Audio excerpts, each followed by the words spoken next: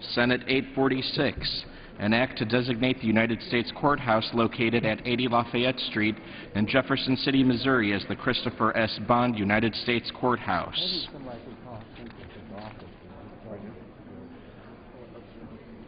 For what purpose does the gentleman from Kentucky seek recognition? Mr. Speaker, I ask unanimous consent that all members may have 5 legislative days in which to revise and extend their remarks and include extraneous material on H.R. 2401. Without objection, so ordered. Pursuant to House Resolution 406 and Rule 18, the Chair declares the House and the Committee of the Whole House on the State of the Union for the consideration of H.R. 2401. The Chair appoints the gentleman from Arkansas, Mr. Womack, to preside over the Committee of the Whole.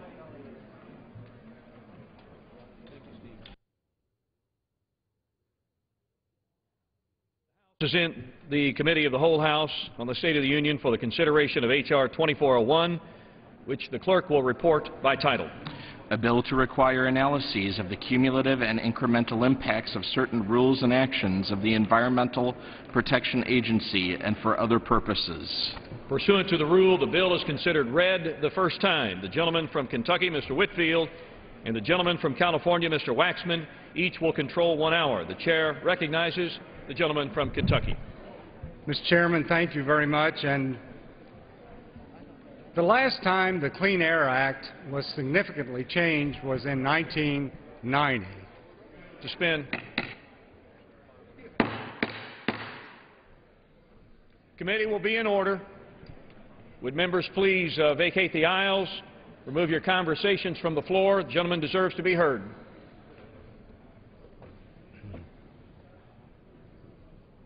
Gentleman may continue. Mr. Chair, first of all, I'll recognize myself for as much time as I may consume. Gentleman is recognized. The last time the Clean Air Act was significantly changed was in 1990, nearly 21 years ago. And since that time, a lot of changes have occurred in America.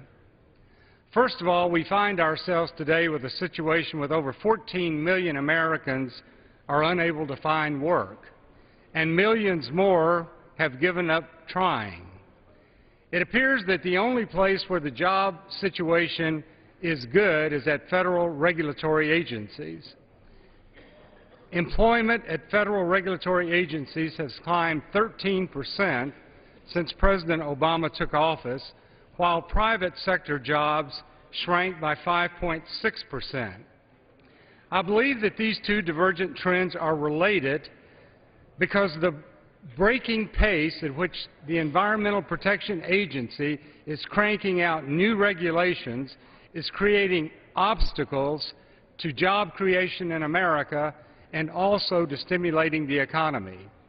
I don't care if you speak to small business people today or large business people today. They will tell you that one of the reasons that they are not investing is because of uncertainty.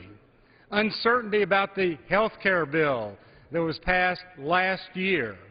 Uncertainty about the financial regulations that are raising capital requirements and making loans more difficult to obtain. But primarily they talk about the excessive regulations coming out of the Environmental Protection Agency.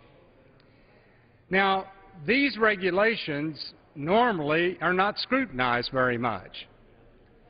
But I believe that the legislative branch has the responsibility, particularly when this many regulations are coming down the road, at a time when it's having impact on our ability to grow the economy, that the legislative branch needs to look at it.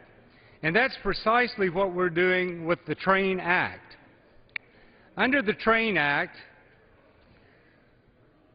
we are establishing a government body that will look at the cumulative impact of about 12 regulations that have come down from the EPA in the last year or so. For example, there are a number of costly new rules impacting coal-fired electric power plants.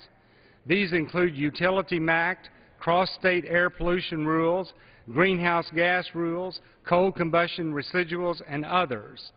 Each of these rules alone will force some existing power plants to shut down, while also blocking new ones from being built. This is bad enough not just for jobs, but also because it will raise electricity prices. But the combined effect of all these rules is far worse.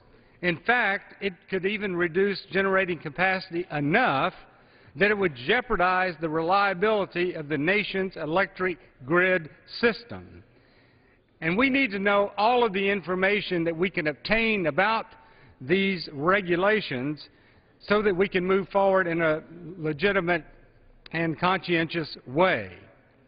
Now, if America is going to remain competitive in the global marketplace, it is going to have reasonable electricity prices. And that's going to be essential if we're ever going to stimulate this economy and create jobs in America. Now, the cumulative burden of regulations really has not been much of a burden in the past, because it's seldom that EPA has ever come forth with this many regulations. But the Obama administration's attempt to squeeze at least a decade's worth of major Clean Air Act regulations into less than 3 years, and do so in the midst of a weak economy, creates serious problems for America. The TRAIN Act, which really is very simple, will require an analysis of the cumulative impacts of the listed rules on energy prices and reliability, on jobs, and the effect on American competitiveness. Now, two upcoming rules that pose a particularly serious threat and are a major component of EPA's agenda are the Utility MACT and the Cross-State Air Pollution Rule. For these two rules, we will be offering an amendment that will put them on hold pending completion of the cumulative impact study, as well as make substantive changes to make sure that they are achievable in real life. Now, I might point out that the Utility MACT is not in effect yet. The final rule is expected in November of this year. But the Cross-State Air Pollution Rule is in effect and will they'll start implementing it the first of the year. Now, we're going to ask that that implementation be delayed until the final rule of our committee that's established under the TRAIN Act makes its final report on August 1st, 2012. And some people are saying, well, if you delay this, then what are we going to do about our air transport rule? Well, the reality is that we have an air transport rule in effect today. And I might add that EPA, when they implemented this bill, the CARE Act, which was invalidated by a federal court, showed that the SO2 emissions, the NOx emissions, would be reduced significantly. And just about every environmental group in America supported the implementation of CARE. I might also say that with CARE, at that time, EPA came out with one of their benefit analyses, and they said CARE will result in $85 to $100 billion in health benefits each year, preventing 17,000 premature deaths, 22,000 non-fatal heart attacks, 22,300 hospital admissions, 1.7 million work days, 500,000 lost school days. So what we have in place today is doing a tremendous job. And until a court invalidated it, everyone was pleased with it.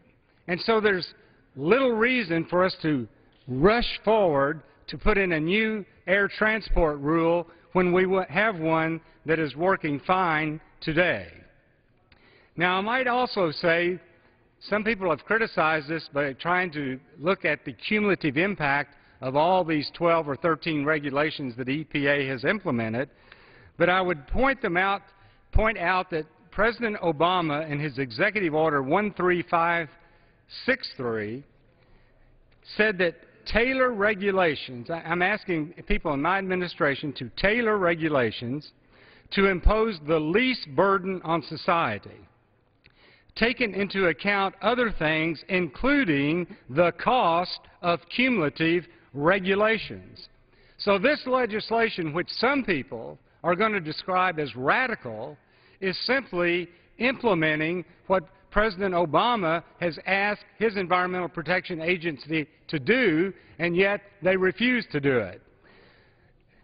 So with that, I do hope that people will support 2401. It's a common-sense approach to remove regulations that are prohibiting jobs from being created in America and stimulating the American economy. And with that, I will retain the balance of my time. Gentleman reserves his time. Gentleman from California. Mr. Speaker, I yield myself 5 minutes. Gentleman is recognized. This week is Dirty Air Week in the House of Representatives. Yesterday in the Energy and Commerce Committee, we considered legislation that will increase emissions of mercury and other dangerous chemicals from industrial sources. Today, the full House considers legislation to cut the heart out of the Clean Air Act. Mr. Speaker, this is the most anti-environmental House of Representatives in history. Since February of this year, the House has voted again and again to block action to address climate change, to halt efforts to reduce air and water pollution, to undermine protections for public lands and coastal areas, and to weaken the protection of the environment in other ways. My staff prepared a database last month on every anti-environmental vote in this Congress. The tally was 125. 125 votes to weaken clean air, clean water safeguards, to make our drinking water less safe, to weaken environmental standards in dozens of different ways. This is an appalling and dangerous environmental record. The full database is online at democrats.energycommerce.house.gov. Today, the assault continues on the Clean Air Act. The bill we consider today, the TRAIN Act, will block and indefinitely delay 2 EPA rules that reduce pollution from power plants, the Mercury and Air Toxics Rule and the Cross-State Air Pollution Rule. These rules are critical to protecting the public health. Each year, these rules will prevent tens of thousands of premature deaths, tens of thousands of heart attacks, and hundreds of thousands of asthma attacks. They will also prevent over 2 million lost workdays. If this legislation is enacted, these public health benefits will be lost and more babies will be born with birth defects and learning disabilities. And this is not all. Today we will consider amendments offered by Chairman Whitfield and Representative Latta that will make this bill even worse. The Whitfield amendment will eviscerate the law's ability to require power plants to install modern pollution controls. EPA Administrator Lisa Jackson told us this morning that if the Whitfield amendment is enacted, EPA will never be able to issue a rule to prevent emissions from power plants in one state from polluting the air in a downwind state. She also said that the amendment could destroy the agency's ability to ever reduce toxic mercury emission from power plants. The Latta amendment is even worse. It will reverse 40 years of clean air policy, repealing the health-based standards that are at the heart of the Clean Air Act. The Latta amendment would allow our national goals for clean air to be determined by corporate profits, not public health. These radical amendments were never examined in hearings or debated in the Energy and Commerce Committee or in any other committee. Members are being asked to vote on major changes to the Clean Air Act without any idea of their terrible impact on air quality and public health.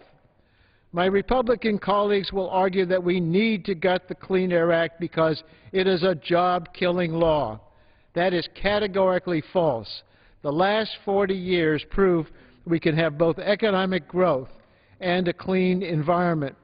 We do not have to choose between jobs and toxic mercury emissions that endanger our children's health and poison our lakes. The rules that are being overturned are job creators. If these rules are allowed to go forward, the utilities that operate our oldest and dirtiest power plants will have to install new pollution controls. This will create 1.5 million jobs by 2015. This bill puts these jobs on the chopping block. I urge all members to oppose this legislation and protect the Clean Air Act, and I reserve the balance of my time. Gentleman reserves his time. Gentleman from Kentucky. I might just say, first of all, that I would tell Mrs. Jackson that we are not preventing her from implementing new air transport rules. We're going to keep in place what we have today that EPA said was a splendid program and even defended it in the court system. And if my amendment is adopted, 3 years after the final report is made, they're totally free to go and implement a new rule.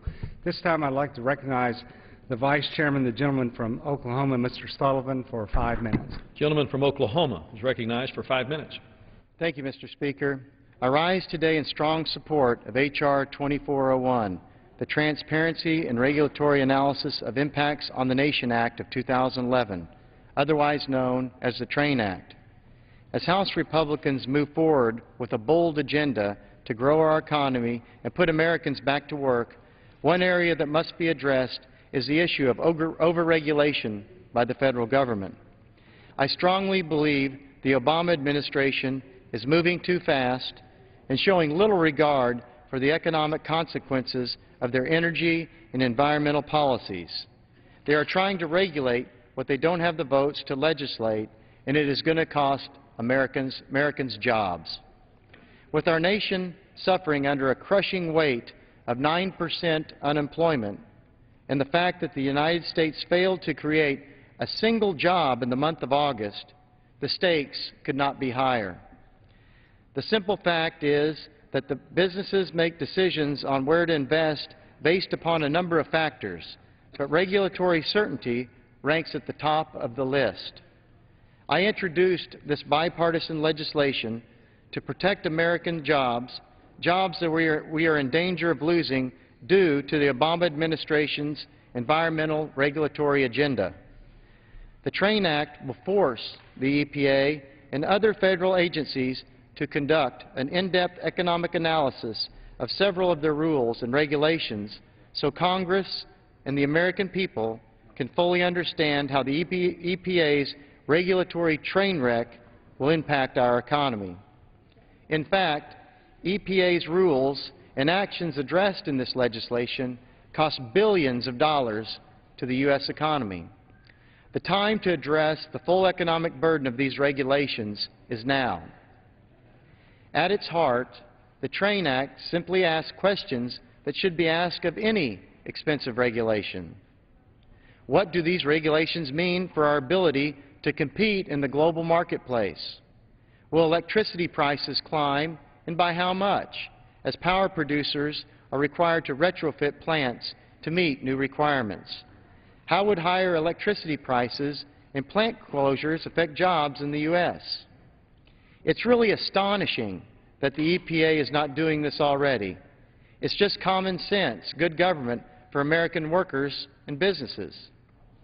Now, some of the opponents of this common sense legislation, including President Obama, say that this legislation is an assault on the Clean Air Act. Nothing could be further from the truth.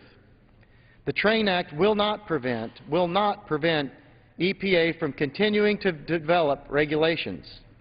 The TRAIN Act will also not limit the EPA's authority to protect public health and welfare in any way. The fact is, EPA has never done an analysis on the cumulative impacts of these regulations on global competitiveness, energy and fuel prices, employment or reliability of electricity supply, which is why we need this legislation. As we can see by EPA's actions on the utility sector alone, they are issuing multiple regulations on top of each other at an accelerated rate that makes it difficult for companies to invest and create jobs. I'm pleased that we include language to delay EPA's action on both the Utility MACT and the Cross-State Air Pollution Rule until 6 months after the Train Act analysis is complete. The Utility MACT rule alone has the potential to be EPA's most expensive rule impacting the U.S. economy, and when combined, these proposed rules could cost almost $18 billion to implement as a result. It is a net employment loss of 1,450,000 jobs by 2020. These rules are an example of EPA's regulatory train wreck in action. In addition, one of the actions in my bill that we study is the regional haze issue, which greatly impacts my state of Oklahoma, as this is yet another example of EPA's overreaching on the states with burdensome regulations without analyzing its impact on electric reliability or cost. This EPA action alone is expected to cost $2 billion to Oklahoma businesses and electric ratepayers. If there is one thing that can help our struggling economy, it is having access to stable and reliable sources of energy. In these tough economic times, I encourage my colleagues from both sides of the aisle to support this common-sense measure, and I yield back the balance of my time. Gentleman's time has expired. Gentleman from California. Mr. Chairman, I'm pleased at this time to yield 5 minutes from the distinguished ranking member of the Energy Subcommittee, gentleman from Illinois, Mr. Rush. Gentleman from Illinois is recognized for 5 minutes.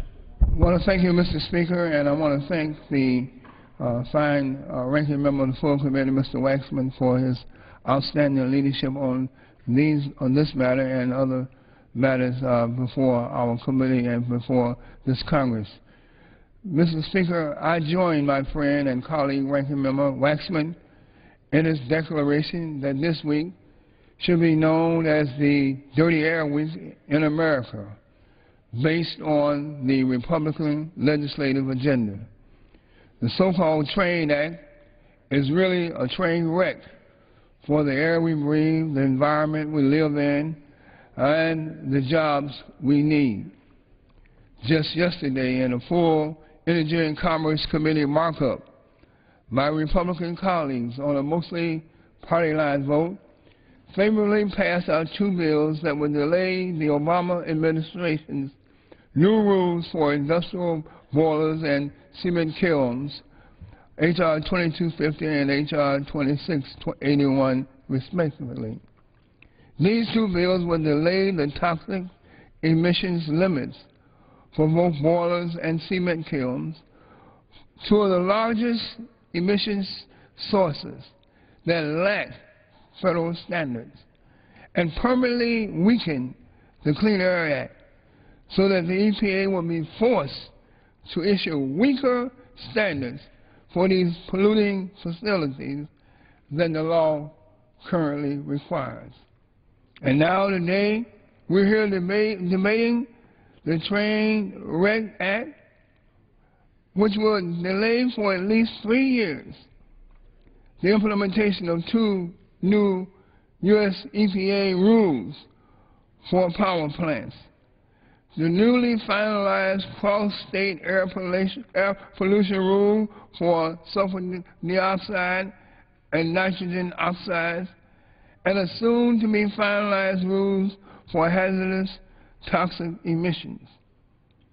With Republicans holding the majority in the House of Representatives, we know that the Train Act will ultimately collide with the health of the American people. It's going to pass this chamber, even though the cross-state rule alone would prevent 34,000 deaths in this nation and 400 cases of aggravated asthma annually. Mr. Speaker, since the new Republican majority took control of the Energy and Commerce Committee and this Congress, they have been on a relentless crusade against environmental protection laws, and they have been trying to portray the EPA as public enemy number one. According to the logic of today's Republican Party, agencies such as the EPA, the American Lung Society, the American Public Health Association, the Allergy and Asthma Foundation of America, and the Physicians for Social Responsibility are all actually enemies of the American people and American jobs, because they oppose this radical new Republican agenda, and they advocate for policies that regulate the amount of toxins and poisons that we allow industry to emit into the air each and every moment of the day. I must remind my Republican colleagues that the EPA stands for the Environmental Protection Agency and not the Evil Practices Agency, as they would have us to believe. My Republican colleagues would have the American people believe that if Congress just gets out of industry's way and allow corporations to operate unregulated and unfiltered, that they will eventually and inevitably do the right thing for the American people. The majority party also wants us to believe that we should not place standards or rules on industry, because the inherent benevolence of corporations will ultimately lead them to do the right thing for the American people. But just think of the recent past. Let me remind my Republican colleagues that this philosophy has been tested under the previous Bush administration, and it has totally, unalterably failed. It has failed the American people. It has failed the American environment. It has failed the American air that we breathe. We simply have to look no further than the financial collapse to see what this... Gentleman, 30 seconds. 30 seconds more. Gentleman is recognized for 30 additional seconds. We don't have to look any further. Just look at the financial collapse and see what this kind of unfettered regulation has done to jobs in this country and jobs for the American people. This approach has put our entire economy on the brink of disaster. And here you are today, after a financial collapse, here you are today trying to bring forth a collapse in terms of environmental protection, a collapse in terms of protecting us, protecting the air that we breathe. Mr. Speaker, I urge all of my colleagues to oppose this egregious and dangerous bill, and I yield back the balance of my time. Time of the gentleman has expired. Gentleman from Kentucky. At this time, I'd like to yield 3 minutes to the gentleman from Utah, Mr. Matheson, who is a co-sponsor of this legislation. Gentleman from Utah is recognized for 3 minutes. My colleague from Kentucky for allowing me the time. You know, I think as we look at the TRAIN Act today, you're going to hear a lot during this debate from both sides of the aisle, and there's going to be a lot of strong words from both sides of the aisle, probably beyond what the TRAIN Act really is. You know, the TRAIN Act was an idea that we ought to take a look before we leap, that the idea that we have all these processes taking place on individual rules, but no one's bothering to take a look at how they all might fit together and what the impacts might be, that doesn't make sense. And that was the idea, that was the genesis behind this bill, is to make sure that we look at the overall impacts. See, EPA is supposed to look at the impacts on each individual rule, but they don't look at how they connect together. Now, the Clean Air Act has been a wonderful success in this country. It's made a lot of progress, and I think everyone in this room appreciates the benefits and the health benefits that it's created. And it's made a lot of progress on a lot of different criteria pollutants. And now we're taking on and addressing issues that reflect some of the more difficult issues to address at smaller increments at the upper end. And as we're going to do that, I would suggest it makes sense for us to make sure that before we take actions that could have great significance, we at least understand that significance. And so that's the idea. That's the idea behind the TRAIN Act. Look before you leap. Make sure how all this fits together. There's a common agenda here among everyone, and despite what this debate sounds like for people watching tonight. I think most people in this country value clean air. They value good decision-making, too. And we want to make sure we evaluate these issues with the best analysis possible and with the best information possible so we can make decisions in the most efficient way. Again, I thank the gentleman for yielding to me. I yield back my time. The gentleman yields back his time. The gentleman from California.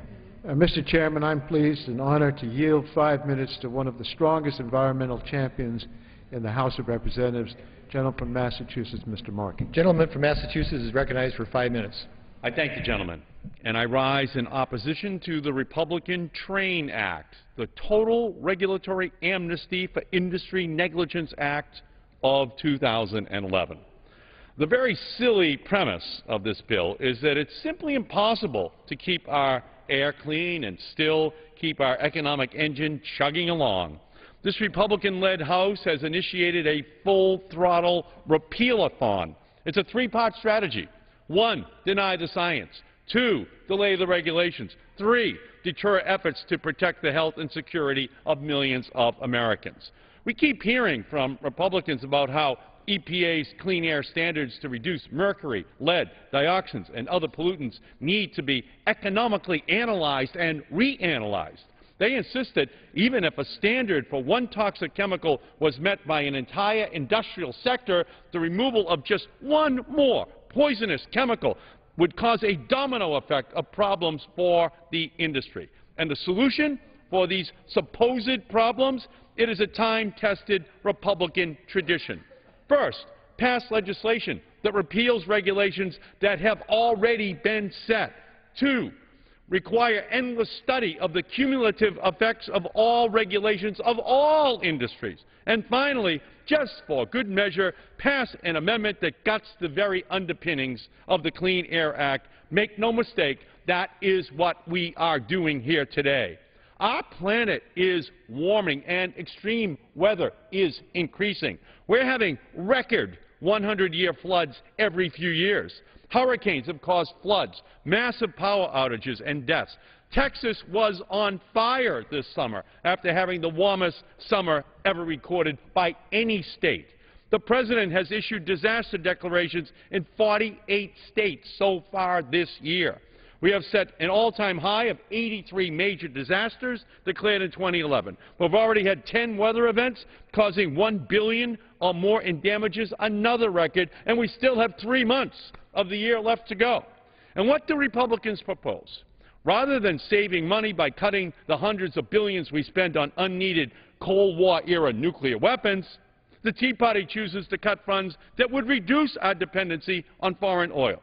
Rather than cutting the tens of billions of dollars in taxpayer subsidies we give to big oil and big coal, the Republicans gut programs that would manufacture energy-efficient cars in America and provide clean air. Republicans would have us pay for the cost of weather disasters caused by global warming by cutting funding for a program that actually reduces the very threat of global warming. For all the talk of this so-called train wreck of cumulative EPA regulations, there seems to be one cumulative effect that isn't getting mentioned by the Republicans, the cumulative effect of all of their goals on the health of Americans. And that is because the Republicans perhaps are spending so much time doing the bidding of those corporations that they have lost their train of thought. If the regulation to remove mercury from cement plants, already 13 years overdue, is delayed for even one more year, up to 2,500 people will prematurely die. There will be 17,000 cases of aggravated asthma, and 1,500 people will suffer heart attacks.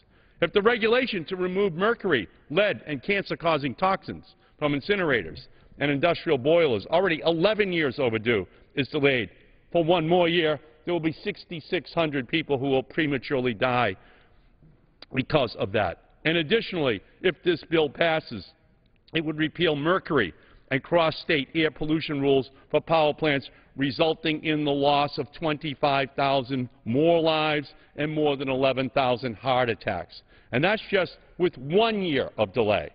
So what's the cumulative impact of just 1 year of delay on each of these regulations?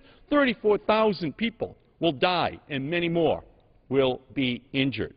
In discussing these Republican efforts today, Lisa Jackson, EPA Administrator, testified before our committee that if we could reduce particulate matter to healthy levels, it would have the same impact as finding the cure for cancer in our country.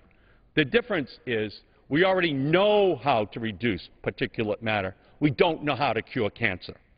The Republicans are providing the American people with a false choice. We do not have to choose between air quality and air conditioning. We do not have to choose between manufacturing and mercury poisoning. We do not have to choose between clean air and cancer. Ending protections for clean air and clean water should be a third-rail issue, but the Republican Tea Party Express has veered far off onto the right track. Sadly, these are the kinds of anti-innovation, anti-science, anti-public health. 30 seconds. I yield the gentleman additional 30 seconds. The gentleman is recognized for 30 seconds. I thank the gentleman. These are just the kind of anti-innovation, anti-science, anti-public health schemes the public has come to fear from this legislative wrecking crew. When Republicans beckon you to come all aboard on the TRAIN Act, I urge you to run in the opposite direction, because the only train Republicans seem to care about is the big oil and big coal gravy train. And that's pulling out of the station here tonight as the Republicans push this bill through the Congress. I yield back the balance of my time. Time of the gentleman has expired. The gentleman from Kentucky.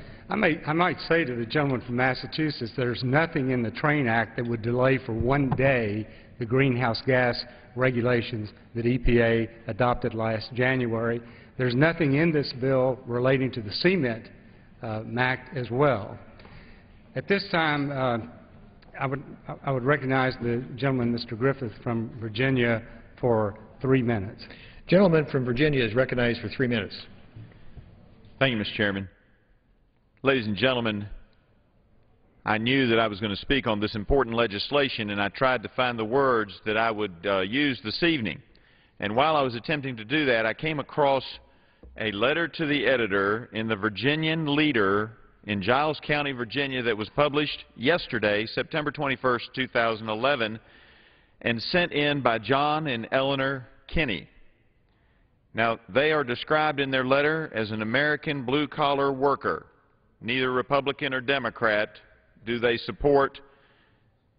And in that letter, I will quote parts of it, and in that letter, they go on to say, I'm going to be very blunt with the following opinion. As a factory worker and a taxpayer, I'm getting sick and tired of these federal agencies who have nothing better to do except sit in their Washington offices and draw up rules and regulations to kill American jobs. Why don't they get off their sorry behinds and go out across this nation and try to help industry save what jobs we have left? And who is paying these EPA people's salary? We are. The American workers. I believe in protecting the environment, but we can't shut the whole country down to achieve it. And Mr. and Mrs. Kinney of Narrows, Virginia go on, I hope that anyone who agrees will write, email, or call all of our elected officials in Washington, D.C. Tell them the EPA is not living in the real world, and that it's time to put some regulations on them and how they can dictate rules to what industry we still have hanging on to in this nation. In a time of recession and Americans out of work, they should be helping industry, not trying to close what manufacturing base we have left with these idiotic rules and regulations. Hear, hear, Mr. and Mrs. Kinney. Hear, hear. This bill that we are debating tonight does exactly what you asked us to do. We are doing your bidding, and the millions of Americans out there who feel the same way you do, that it's high time we put some regulations and some constraints on the regulators in Washington who don't know what it's like to have to work for a living, who don't know what it's like not knowing whether or not the particular business in your community is going to stay open. These folks are particularly concerned in their discussion about a plant there in Giles County, one of the largest employers there that is in danger if we don't change some of the rules proposed by the EPA. And they're concerned about announced layoffs in Giles County, Virginia, as a result of EPA regulations that will cause the power plant there at Glen Lynn to close down. So, ladies and gentlemen, don't be fooled by folks who say that we are doing the bidding of big oil and big coal. We're doing the bidding of people like Mr. and Mrs. John and Eleanor Kinney. I don't know the Kinneys, but I sure do look forward to getting to meet them, because that's the kind of people who made America great. And with a bill like this, we can continue to keep America great. I yield back. Thank you, Mr. Chairman. Time of the gentleman has expired. Gentleman from California. Mr. Chairman, I wished at this time to yield to my fellow Californian, an important member of the Health Subcommittee, the gentlelady from California, Ms. Capps, 3 minutes. Gentlelady from California is recognized for 3 minutes. I thank my colleague for yielding time. Mr. Chairman, I rise to express my strong opposition to this bill that will dismantle public health standards and safeguards and increase air pollution. The TRAIN Act may have started as a study, but it has transformed into a fundamentally different beast. It will neither create jobs nor stimulate the economy. Instead, the TRAIN Act indefinitely blocks the EPA's cross-state air pollution rule and mercury and air toxic standards. These are designed to protect our children and our families from dangerous pollutants. We know that blocking these standards will lead to tens of thousands of premature deaths every single year. It will lead to more heart attacks, more respiratory illnesses, more children in the hospital hooked up to respirators. The TRAIN Act means more exposure to toxic mercury as well, a brain poison that causes developmental disorders, especially in small children and the unborn. But, Mr. Chairman, the TRAIN Act will also hurt the economy. It will make it harder for families to make ends meet. It will force Americans to miss millions of days of work each year in order to care for sick family members or themselves. It will waste billions of taxpayer dollars treating preventable illnesses and disease caused by pollution, which could have been prevented. And it will saddle families and businesses with out-of-pocket medical costs and higher insurance premiums. That's what the TRAIN Act is really about. Blocking EPA from ridding our air of pollutants that cause asthma attacks, respiratory illnesses among children, heart disease, and premature deaths. And the other side of the aisle wants to make it worse than it already is. Later today, Mr. Whitfield will offer an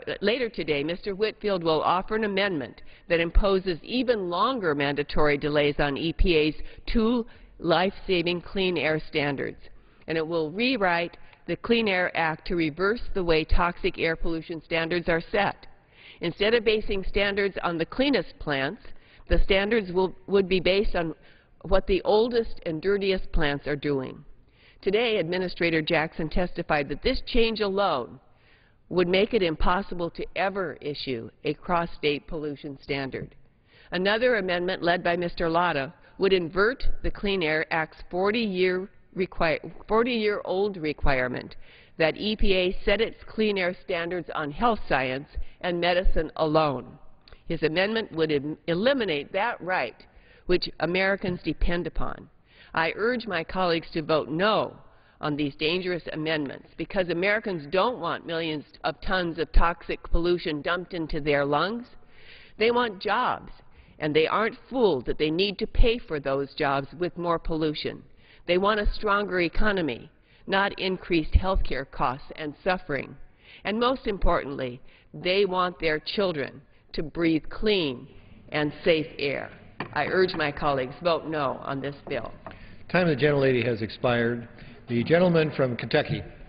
I might say to the gentlelady from California, the air transport rule we have in effect today, when it was implemented, EPA said it would reduce SOx and NOx by 73 and 57% by the year 2015.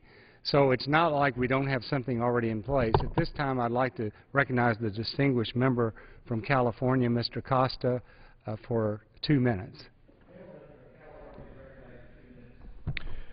Thank you very much, Mr. Speaker. I'd like to thank our Republican colleagues for giving us time to speak on this important bill. As we've discussed, H.R. 2401, the underlying bill, is one that is important and appropriate that we consider at this time. I support the underlying legislation. And also, as my colleague Congressman Matheson stated, while it's okay to have strong feelings on this measure, it's not appropriate to overstate, in fact, what this legislation does. This measure requires the creation of an interagency committee to study the effects of the current and proposed regulations put forth by the Environmental Protection Agency, that together have major effects not only on our way of life but on our economy which at this point in time is in a very fragile recovery period. For too long, constituents that I represent, farmers, farm workers, small businesses in the San Joaquin Valley, have had to shoulder the burden of mounting regulations of the EPA.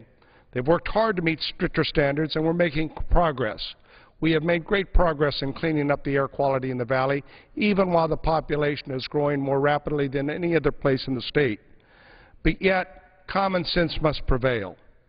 At some point, it's time to put the brakes on regulations and understand the effects on consumers, on energy, on manufacturing industries, on electricity, on fuel prices, and our country's competitive in a global market. Recently, the administration have acknowledged that many regulations are having an effect on our economy. It's time that they step up to the plate and work with the Congress for common sense to prevail. I thank Congressman Matheson and Sullivan for introducing this important measure, and I urge my colleagues to vote in favor for it. It's not an either-or choice. We can have clean air, and we can have a good common sense decision-making process. The two are not mutually exclusive, as some of my colleagues are suggesting. I urge that you vote for this measure. It is a common sense way to work through these difficult issues. I yield the balance of my time. Time of the gentleman has expired. Gentleman from California.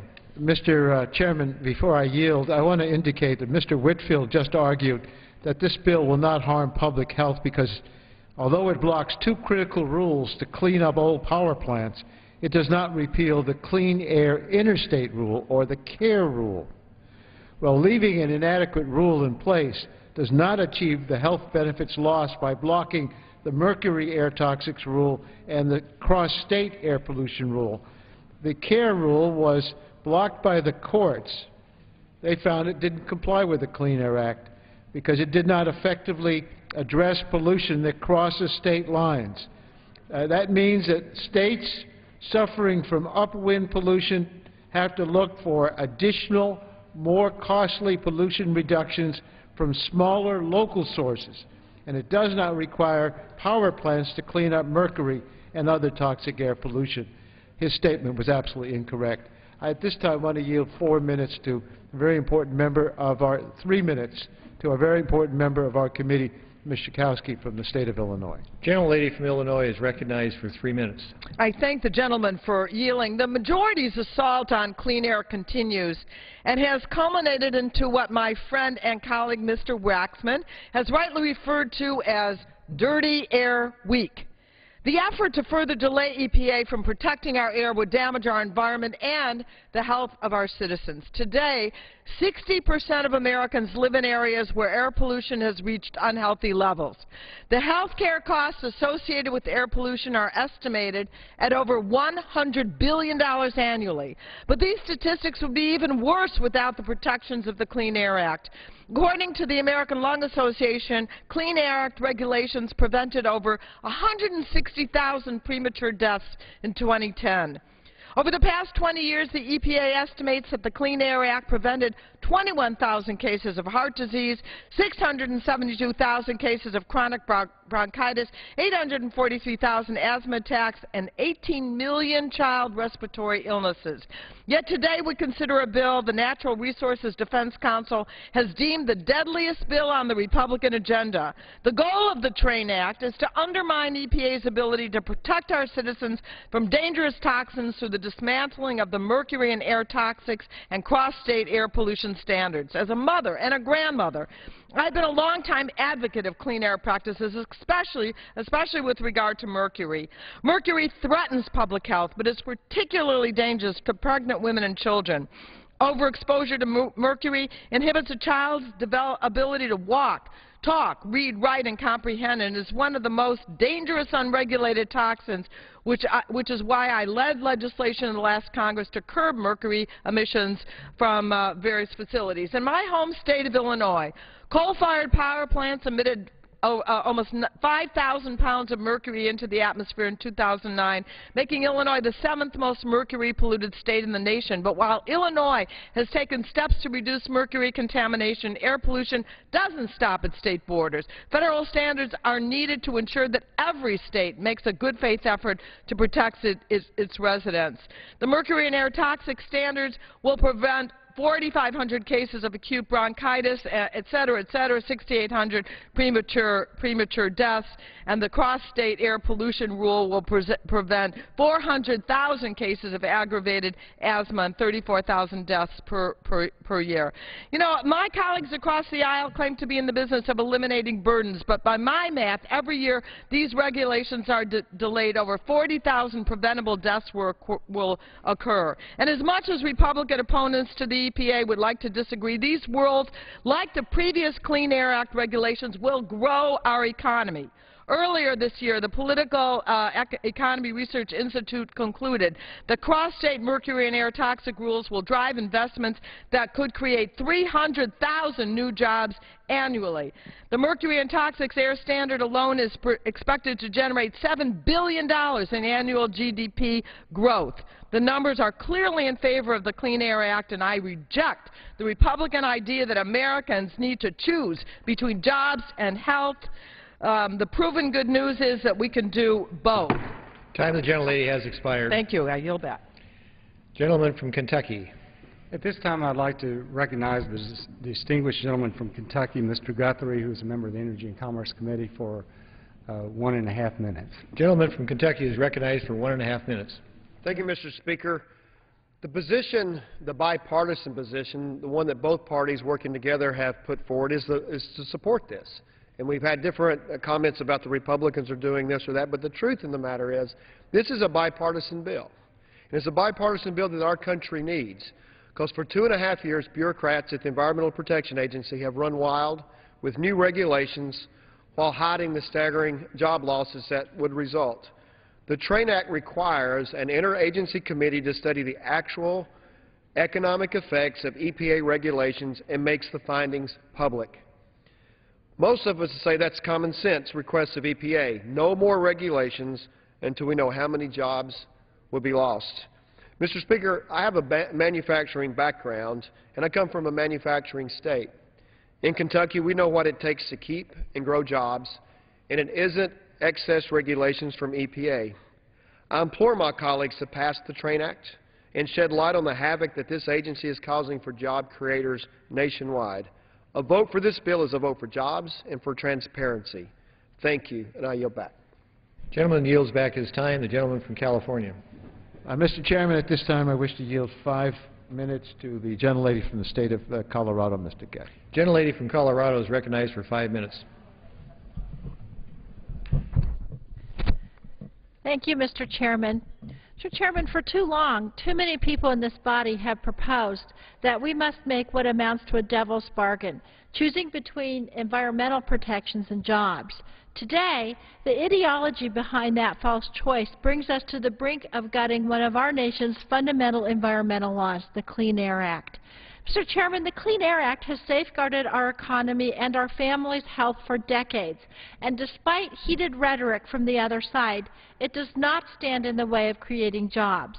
In 2010 alone, the Clean Air Act prevented 160,000 premature deaths, 3 million lost school days, and 13 million lost work days. By 2020, the Clean Air Act's total benefit to the economy will reach $2 trillion, outweighing the cost by 30 to 1. But despite the actual numbers, today we find ourselves debating a full attack on clean air through the TRAIN Act, which would represent an unprecedented upheaval of our long-held pollution standards. Now, Mr. Chairman, we had a 3-hour hearing in my committee, the Oversight Subcommittee, today talking about the alleged job loss that the majority claims would happen. I heard no, repeat, no evidence that these rules would cause a job loss.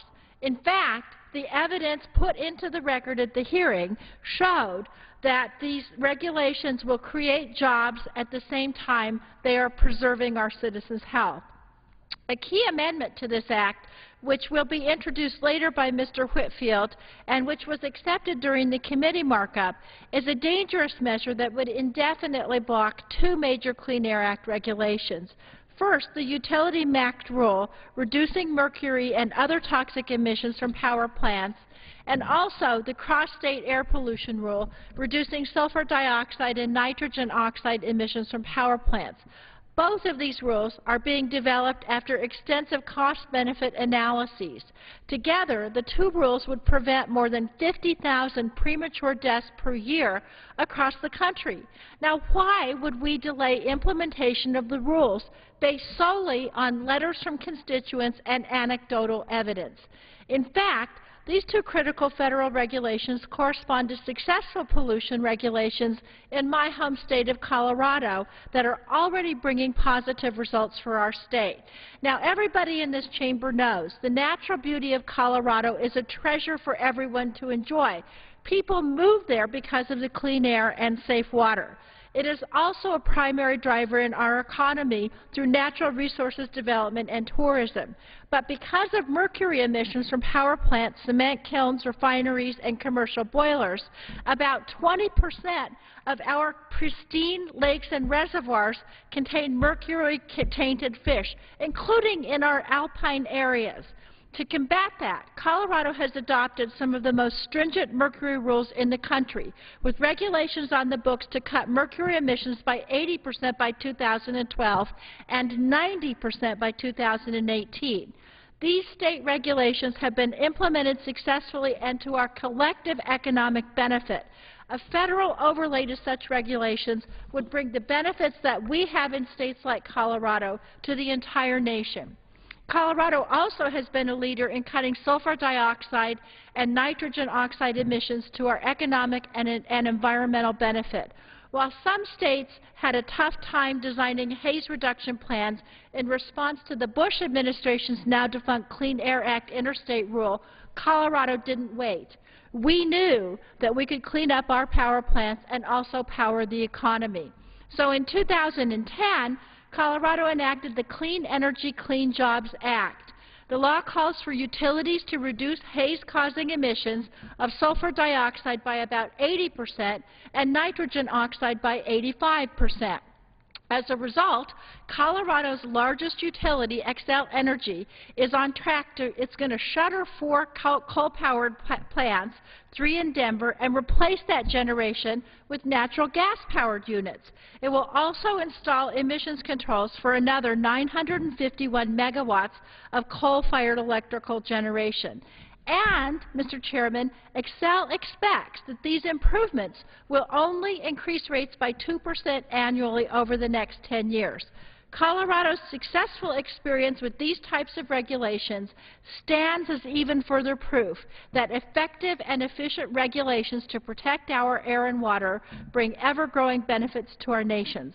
And blocking these regulations is a dangerous game where America's families will pay the price. The second, Mr. Chairman, the provisions of these amendments will fundamentally rewrite our approaches to the Clean Air Act regulation that have been the gold standard of our environmental law since 1990. I urge rejection of the amendments, and I urge rejection of this bill. Gentleman from Kentucky. I certainly have great respect for the gentlelady from Colorado, whom I've had the opportunity to work with on a lot of issues.